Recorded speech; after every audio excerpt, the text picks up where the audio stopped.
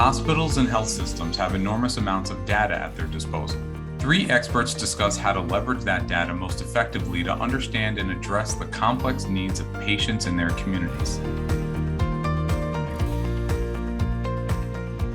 Data in healthcare today is really a digital strategy. It's a digital strategy around identifying structured, discrete data and then delivering it in 2 different ways.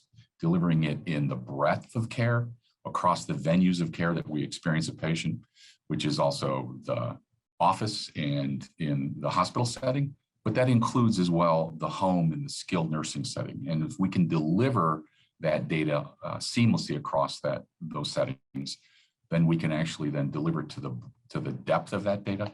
And the depth of that data is a way to manipulate it to improve our patient care utilizing the data. Sometimes it's very simple, and that's just identifying care gaps around chronic disease states and closing those care gaps to improve the quality of our care. And sometimes it's using more sophisticated ways to manipulate that data to use predictive analytics and identify patients with deeper needs and needing more attention. So we're going to need 2 different data sets if we're going to do a good job with social factors in healthcare. One, we're going to need to understand person-level information, and we need to survey individuals so that we know that their individual needs and issues are, so that we can act on them. And number 2, we need to have publicly available data so that we can understand something about people who are not coming in for care, who do not have appointments, but are potentially very stressed and have big issues facing them, getting between them and their healthcare outcomes. We need to gather information in a way that's facile, that doesn't add an undue work burden to already overburdened clinical teams. And that's where technology can play a role, where we can use natural language understanding, natural language processing to capture the information, put it into the code set, and make it live within the healthcare environment. Another thing that we should consider as we are figuring out what information to collect from folks to help us deliver better care is to be more intentional about asking the same question of every patient, and not to presume that because the way that somebody looks or because we've known them for a long time that we understand what their current social situation is.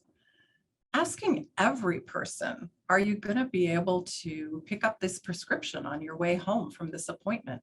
And if not, what's going to stop you from doing so? Those are really important factors that we need to understand about every person that we're caring for. Having community partners is critical, because in healthcare, when I'm looking at working for a person and helping them get the best possible outcomes, I'm usually focusing on clinical diagnoses and other acute issues. When it comes to things like housing insecurity or food insecurity, that's not naturally part of the work that I do. So it's good to rely on community-based organizations that are already doing this work and have for years, but I don't know who they are. I don't know what their hours of operation are. I don't know what their enrollment criteria are. And that's a lot of the work that we have to do if we're going to get into social factors and address those things. They can get between people and optimal outcomes.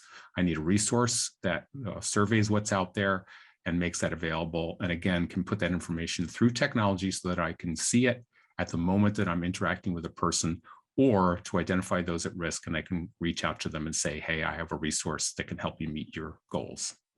What we see in our communities in terms of aggregate need or aggregate issues should drive us to ask individual patients coming through our doors from those communities if they're experiencing those issues. So understanding that there's a rash of homelessness in your community would drive us to being more intentional about asking folks as they come to us for care if they have stable housing or where they're going to go when they leave our doors to continue their recovery.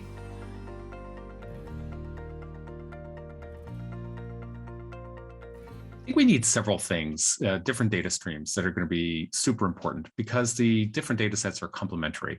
We need to know, for instance, that at a population level, what we're doing reduces unnecessary cost delivery, because we're getting in front of readmissions, we're getting in front of unnecessary hospitalization or ED visits.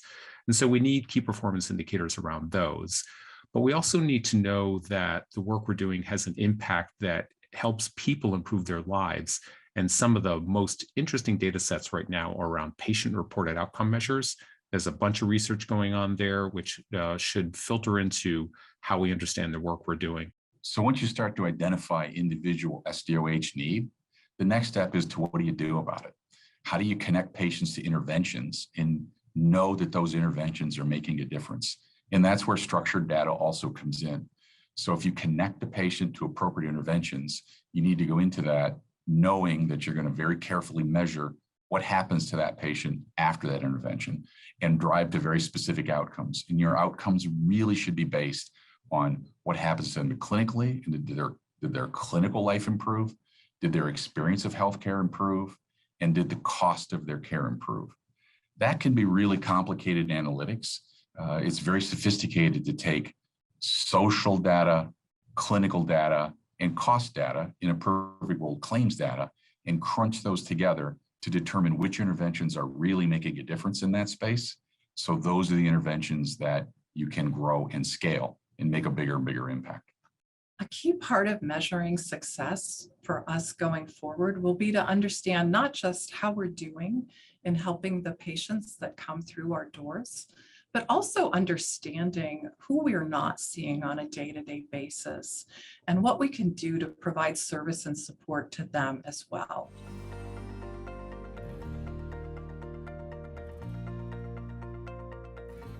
For health systems that may be wondering where to start, I would say start with what you have. We collect an immense amount of information, but we often house it in different parts of our organization that don't necessarily talk to each other on a day-to-day basis. So taking what you know from your community health needs assessment, taking what you know from your marketing and other planning strategy documents, taking what you know from what you hear from your own patients or your own employees about what's going on and what the needs are in the community. That's a great place to start, by just simply pulling that information together and looking at what's common. The information that we're talking about and the risks and the opportunities that we're addressing are fundamental human factors. They're how our society works. There are stressors that get between people and outcomes. And so the area of opportunity, the range of possibility is the same in every environment, but how much is present and where it is varies considerably. And so it's useful to do an area survey, use, for instance, the American Community Survey response, just to be able to light up zip codes or light up census tract regions to see what are the stressors in that region right around where your hospital is. The work you then do for people is going to vary on an individual basis. But again, the range of possibility is known.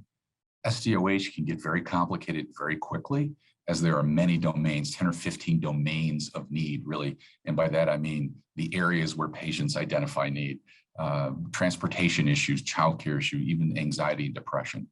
And so you do want to start very simply. And maybe the simplest place to start is in the core domains. And the core domains really tend to be around food and housing and finance. Basic human need is food, money, shelter. And that's a great place to start. And that's a great place to make the biggest impact in your clinical care.